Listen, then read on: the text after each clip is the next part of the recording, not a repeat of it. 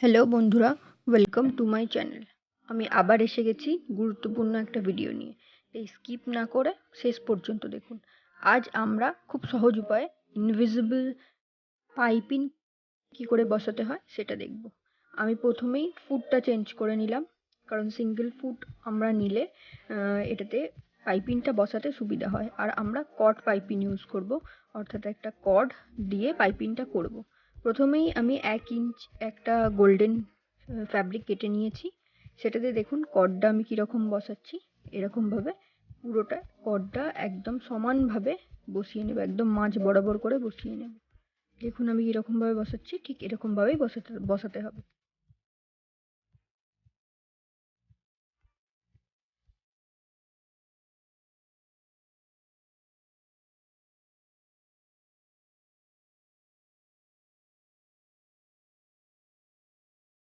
এরপর আরও 1 ইঞ্চ আমি তেরচা পট্টি কেটে নিয়েছি।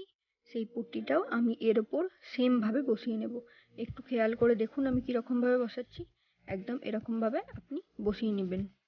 আর এই পাইপিংগুলো ব্লাউজে দিলে, আমি এটা ব্লাউজেই লাগাবো তাই বানাচ্ছি, আর এই পাইপিংগুলো ব্লাউজে দিলে খুব সুন্দরভাবে ফিনিশিংটা আসে।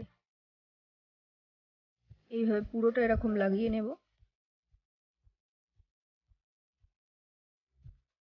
এরপর সেম যেরকম আমরা ব্লাউজে পট্টি বসাই সেরকম 1/2 ইঞ্চ বাদ রেখে ব্লাউজের গলায় এটা আমরা পুরোটা বসিয়ে নেব।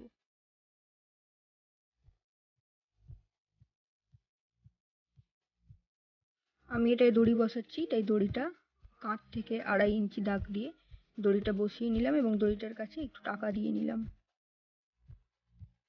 এরপর সেমভাবে 1/2 ইঞ্চ বাদ দিয়ে পুরো গলাটায় এটা আমরা বসিয়ে নেব।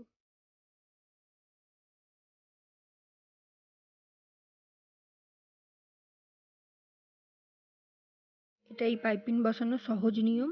এতে নিট দেখতেও লাগে এবং খুব সহজেই বসানো হয়ে যায়। আমি আর একটা দড়িও বসিয়ে নিয়েছি।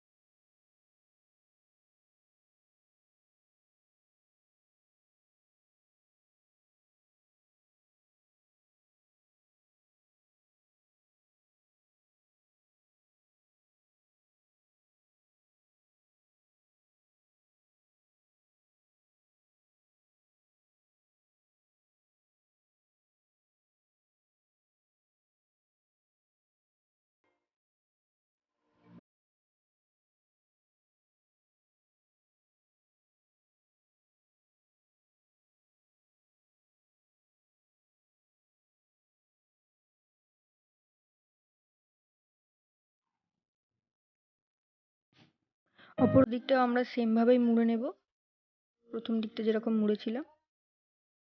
দেখুন কত সুন্দর, এটা আর দেখাই যাচ্ছে না। এরপর আমরা 1/2 ইঞ্চ বরাবর আর একটা সেলাই এতে দিয়ে নেব।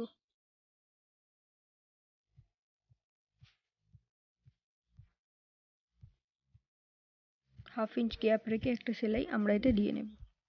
দেখুন এইভাবে, এটা ফিনিশিং লুক। দেখুন কিভাবে সুন্দরভাবে এটা বসে গেছে। ভিডিওটি ভালো লাগলে লাইক করবেন, একটুও সাহায্য হলে সাপোর্ট করবেন, আর আরও নতুন নতুন ভিডিও দেখার জন্য আমার চ্যানেলটিকে সাবস্ক্রাইব করবেন।